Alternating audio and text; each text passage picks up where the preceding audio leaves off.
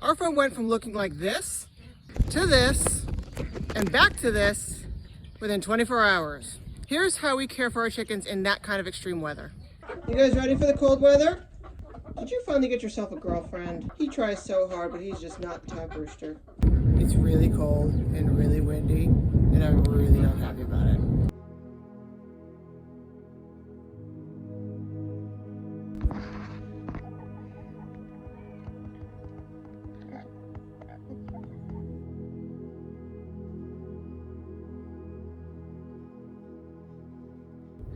It has been a wild week. It's been negative 15 degrees this week, which is really not normal for southeastern Missouri this time of year. So I'm going to show you today how we have been caring for our chickens in this super extreme weather.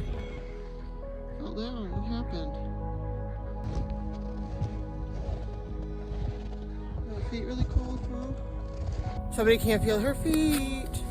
So we're going to go ahead and put her in the coop tonight. It's been a rough few days, huh, chicken? Let's go. I'm not really sure what that chicken's issue was or why she didn't want to go up with her friends. They normally roost someplace different, but maybe her feet were cold. I don't know. Either way, we got her in the coop and she should be okay. So in this we have mixed hay, straw, and shavings. As you can see, the shavings. The reason for that is because we just basically threw everything in the kitchen sink at the bedding in here.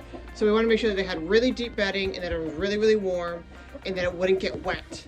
Just to make sure that everybody would be warm and safe in here. And it's pretty deep. They were actually dust bathing in this earlier. One thing you might notice is how many chickens are in this coop. That is not normal. We don't normally do that. But because of the weather and how low the temperature is, and also because some of these chickens and the turkeys don't have a lot of feathers.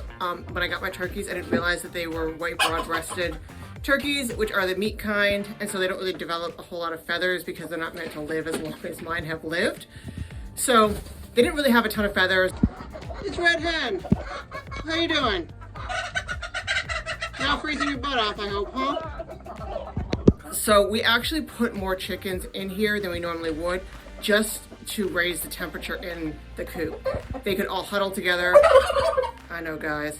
And raise their body temperatures that way. One night they were huddled together for warmth, and I actually put my hand in the middle of their pile just to make sure that everybody was safe and that the ones who didn't have a ton of feathers were warm, and it was really, really hot in there. So not dangerously hot, but warm enough to keep them warm, even though it was negative 15 degrees outside. That's just one thing I like to do in order to make sure that everybody can stay warm despite the fact that it was really, really cold outside. We're gonna go ahead and make them a super nutritious dinner because it's really cold and we wanna make sure that they have all the nutrients, protein, and everything that they need to make it through the cold weather. So there it is. There's oats and Milo. I put black soldier fly larvae in it. There's corn, the non-GMO cracked corn. We put the oyster shells in there so that they always have access to that. We found that it helps them lay really good eggs with really good shells on them. So we're gonna go ahead and feed this to them and let's see if they like it. This has 16% protein in it, so it has everything that they need to lay really well and to be super healthy, and it has a ton of protein for the really bad winter weather that we have going on right now. All right, let's see if they will try some of this layer feed that we've made for them. All right, guys, here's your dinner. Do you want it? Give me a... Oh, you want it. All right. There you guys go. Oh, turkeys, give the chicken some.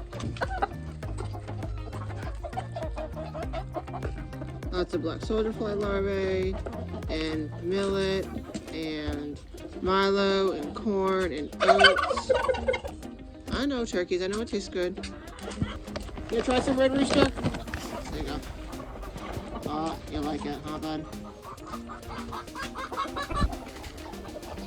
Eat up, everybody. They're good, guys. And now the sun is going down on a really difficult day on the farm. There's been a lot of snow, and we're just waiting for today to be over. At least we got everybody tucked up safe in their coops for the night, so no predators can get them, and they will be very, very warm. Trying to keep everybody safe when the wind was howling and It was just a nightmare out here. It was really, really hard. It took a lot out of us physically because it was so cold. It was negative 10 degrees, which is absolutely not normal for this time of year here. So it just took a lot of physical energy, and then it took a lot of mental energy, just making sure that everybody had hay, everybody had straw to burrow into, everybody was safe. Luckily, everyone made it through okay. You guys have just been hiding in here the past few days, huh? Yeah, it's a good spot for it. It's out of the weather. So it's 24 hours later, and as you can see, all the snow has melted because it is 65 degrees today. That's really, really weird for around here this time of year, but it's just the way it's going, I guess. At any rate, everybody seems to have made it through okay. We had 0 deaths, which to me is kind of like a miracle because I kind of thought that we were going to lose some.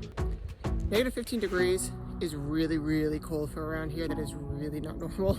Even though like I have a lot of experience caring for animals in that weather, I wasn't sure that our chickens were going to make it just because it was so cold. But everybody made it. We put out a lot of straw and we had 0 deaths. So I think that's a pretty good thing. So what's your best tip for caring for chickens in really extreme weather? Leave a comment below and share with everyone in our community.